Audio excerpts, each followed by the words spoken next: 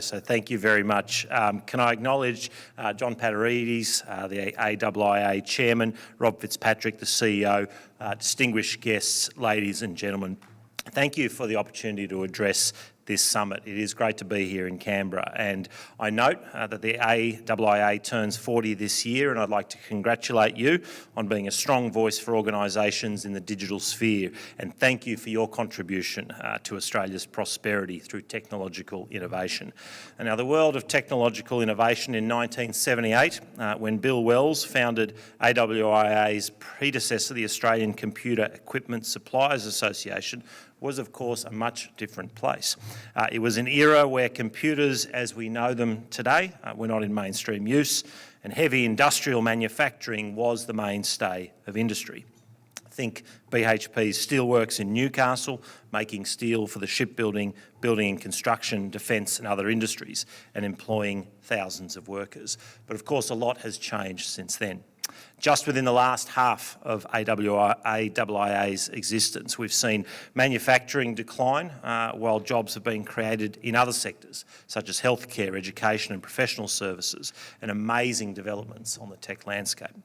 Computers have become a permanent fixture of Australian homes and workplaces, along with smartphones and social media. What's more, things that were once the stuff of sci-fi or were still at the ideas stage are now reality. Artificial intelligence, machine learning, the Internet of Things, blockchain, cloud computing, the list goes on. These are indeed exciting times with unprecedented opportunities to be seized, but also with challenges that need to be managed. Today, new technology is a major force driving structural change in the Australian economy and providing more choices to consumers than ever before.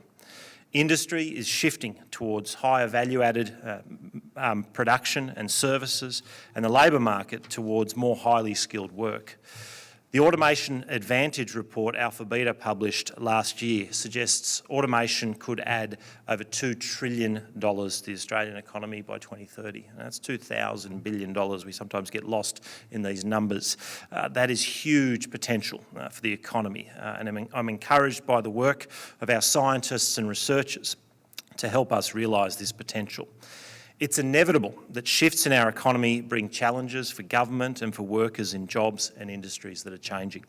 Just as we've been asked to adapt in the past, we'll be asked to do so again. For some, disruption might happen more quickly than others. The rapid pace of change will be the biggest challenge to overcome. In the decade to 2014, Australia lost about 100,000 jobs in industries like manufacturing and agriculture, but this pales in comparison to jobs created. Australia's economy in that same period created over 2 million jobs in other sectors, half of which are in higher paying industries. Of course, many of the jobs being created aren't what we've been traditionally used to, so some workers will have to and have had to reskill to thrive. The recently published ISA 2030 plan found that 92% of future jobs will need digital skills, while 45% will need people who can configure and work confidently with digital systems and technology. More jobs will demand 21st century skills like interpersonal skills, entrepreneurialism and hypothesis-based problem solving. And this isn't just a future imperative. Indeed, between 2012 and 2015, digital skills were the fastest growing skill set sought by Australian employers in early career roles, alongside critical thinking, creativity and presentation skills. In addition to changes in the nature of work, new technologies have the potential to improve our living standards and health. Take the AI grading software, affectionately named Dr. Grader, developed by CSIRO researchers. It could soon be used to prevent blindness in the 1.7 million Australians living with diabetes. The eye screening technology enables GPs to test for diabetic retinopathy, a debilitating condition affecting 1 in 3 diabetic people that can lead to blindness. At the moment, only specialists can screen for the condition. By analysing ophthalmologists' grading data, Dr. Grader was able to improve its ability to detect various signs of the disease in patients. The technology has been licensed to TeleMed-C to make it commercially available to WA clinics over the next few months and later across Australia. Now, this is not, of course, to paint solely a rosy picture of disruption. I'm acutely aware of the anxiety some people are feeling about their job security and that of their kids. Our research shows that the level of confidence Australians have about the future of work depends on whether they are a large or small business, whether they have higher qualifications and skills or just basic education, whether they are young or old, and whether they live in the big cities or regional areas. Our challenge as a nation is how we're able to keep pace with technology and ensure Australians have the relevant skills and the capability to succeed. The Australian Government is taking action and developing a digital economy strategy to get the economic and social environment right so we can make the most of digital disruption. Other countries are already taking a strategic approach to their digital transformation agendas to maximise opportunities and address challenges presented by the digital economy. The Government embarked on a 10-week consultation last year to help us develop the digital economy strategy. And the consultation ran until the end of November, and the response was very encouraging. We received more than 160 submissions from businesses, research and training organisations, all levels of government and the community more broadly. AIIA made a joint submission, and I want to thank you for that. As part of the consultation, the Government had one-on-one meetings and workshops with over 200 organisations and individuals. So we've got a treasure trove of information to base the strategy on. For example, we know from what all sectors have told us that a lack of digital skills is the greatest barrier to embracing the digital economy. Other challenges include things like risks in cybersecurity and privacy. The strategy will guide us as to how we work together, government, the private sector and the community, to address the challenges and risks that emerge from an increasingly digital world. The strategy will be released in the first half of this year. Now, the Government's overriding concern is to make sure no one is left behind. We want to give all Australians the opportunity to get ahead and succeed, supporting workers, sectors and regions to transition in the face of disruption is fundamental to the Government's commitment to inclusive growth, and the industry, innovation and science portfolio plays a big role in this. A key focus area is building a closer relationship between our business and science sectors to make greater use of our research capacity. The Government's Industry Growth Centres initiative is making this work easier in 6 industry sectors of competitive strength, and this includes cybersecurity and advanced manufacturing. Now, growth centres are working to foster collaboration, encourage industry-focused research and unlock commercial opportunities. Take the Advanced Manufacturing Growth Centre.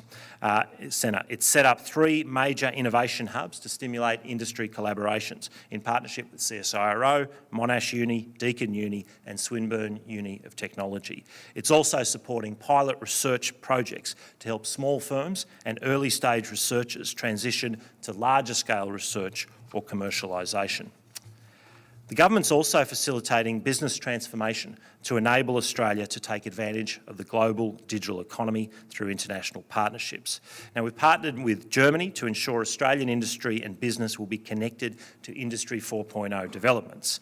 Germany is a leader in Industry 4.0. That's the digitisation of the manufacturing process, or the 4th industrial revolution. And it's at the forefront of setting the standards for this industry transformation. Our partnership with Germany will ensure Australian businesses can continue to compete on the global stage. The Government's also investing in 5 new Industry 4.0 test labs at Australian universities to demonstrate how digital technologies and operating models could be applied in businesses. This investment will speed up collaboration between our tertiary education sectors and industry and build the skills students need to capitalise on Industry 4.0 opportunities. Last week, the Government announced the ASEAN-Australia Digital Trade Standards, a joint initiative with the 10 countries of ASEAN to promote digital trade and support inclusive economic growth in our region. And this initiative will provide a framework to support the development, adoption and use of international digital trade standards. The e-commerce market in ASEAN countries is growing rapidly, and harmonised standards across our region will reduce the costs for Australian business when exporting and importing products and services. Now, in 1978, the then Prime Minister Malcolm Fraser announced a federal government inquiry into the effects of new technology on industry and employment. And it's probably no coincidence it was in the same year that Bill Wells founded a technology peak organisation, what is now AIIA. Today, of course, we're dealing with a very different type of disruption in the digital age. It comes with both opportunities and challenges. But like in the past, we have a lot to gain from this disruption if we waste no time in embracing it and prepare ourselves for the jobs of tomorrow. Government has an important role to play in this, and our key concern is to make sure no Australian business, individual or region is left behind. The digital economy strategy will help us work together, government, the private sector and the community, to build the capabilities, skills and confidence Australians need to succeed in the digital economy. I value forums such as this. I value the role they play in testing ideas about how we navigate digital disruption. I look forward to hearing about the results of your discussions, and I thank you for having me today. Thank you very much.